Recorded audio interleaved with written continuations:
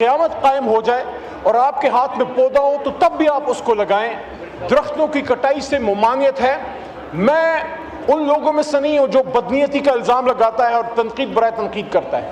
میں سمجھتا ہوں کہ جو ہماری انٹیریئر منسٹری ہے یا اسلام آباد کی جو ہماری ایڈمنسٹریشن ہے، خاص کر جو منسٹری آف کلائمیٹ چینج ہے، اگر آپ لوگ اسلام آباد کے سٹیزنز کو اعتماد میں لے کے ایک کام کریں تو لوگوں کو بد اعتمادی نہیں ہوگی۔ آپ نے 40,000 کے قریب جو درخت محترم ڈپٹی اسپیکر صاحب کاٹے ہیں، وہ لنگز ہیں اسلام آباد کا۔ اسلام آباد دا بیوٹیفل کا ہے۔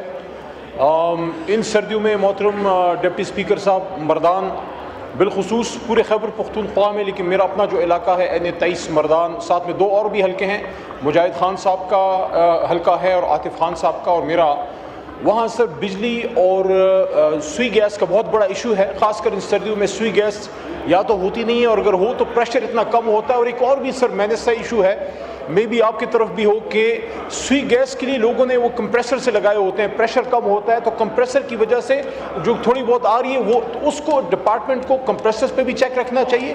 پریشر آپ پورا دیں گے تو اس سے کمپریسر کی ضرورت نہیں ہوگی۔ تو بہت زیادہ لوڈ مینجمنٹ ہے سوئی گیس کی، اور یہ جو ان انٹینشنل یا ان آئیڈینٹیفائڈ یا بغیر کی نشاندہی کے لوڈ مینجمنٹ ہوتی ہے، لوڈ شیڈنگ سوئی گیس کی خاص کر بہت خطرناک ہے۔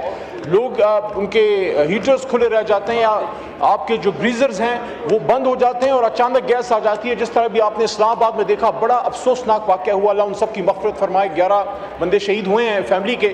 تو اس پہ ریکویسٹ ہے کہ سوئی گیس ڈپارٹمنٹ اور الیکٹریسٹی ڈپارٹمنٹ مردان میں یہ جو بہت ہی میں کہتا ہوں غیر انسانی جو لوڈ شیڈنگ ہے، لوڈ مینجمنٹ ہے، اس کو اب کم کیجئے اور مہربانی فرمائیں سردیوں میں کم از کم صبح اور شام کے وقت جب خواتین کھانا پکاتی ہیں یا مساجد میں لوگ نماز پڑھتے ہیں۔ ایک تو یہ، دوسرا سر اس پہ بھی صرف آدھا منٹ، حضرت انس بن مالک رضی اللہ عنہ سے روایت ہے، مسند میں ہے، صحیح مسند میں، کہ حضور نبی کریم صلی اللہ علیہ وسلم کی حدیث کا مفہوم ہے کہ اگر قیامت قائم ہو جائے اور آپ کے ہاتھ میں پودا ہو تو تب بھی آپ اس کو لگائیں۔ درختوں کی کٹائی سے ممانعت ہے۔ میں ان لوگوں میں سے نہیں ہوں جو بدنیتی کا الزام لگاتا ہے اور تنقید برائے تنقید کرتا ہے۔ میں سمجھتا ہوں کہ جو ہماری انٹیریئر منسٹری ہے یا اسلام آباد کی جو ہماری ایڈمنسٹریشن ہے، خاص کر جو منسٹری آف کلائمیٹ چینج ہے، اگر آپ لوگ اسلام آباد کے سٹیزنز کو اعتماد میں لے کے ایک کام کریں تو لوگوں کو بد اعتمادی نہیں ہوگی۔ آپ نے 40,000 کے قریب جو درخت محترم ڈپٹی اسپیکر صاحب کاٹے ہیں، وہ لنگز ہیں اسلام آباد کا۔ اسلام آباد دا بیوٹیفل، خوبصورت سر ہمارا کیپٹل ہے، بلکہ جو انٹرنیشنل ٹورسٹ ہیں ان سے کبھی آپ پوچھیے گا، نئی دلی سے جب اسلام آباد آتے ہیں وہ کہتے ہیں ہم ایک بالکل چینج محسوس کرتے ہیں۔ تو خدا را اسلام آباد کو خوبصورت رہنے دیجئے۔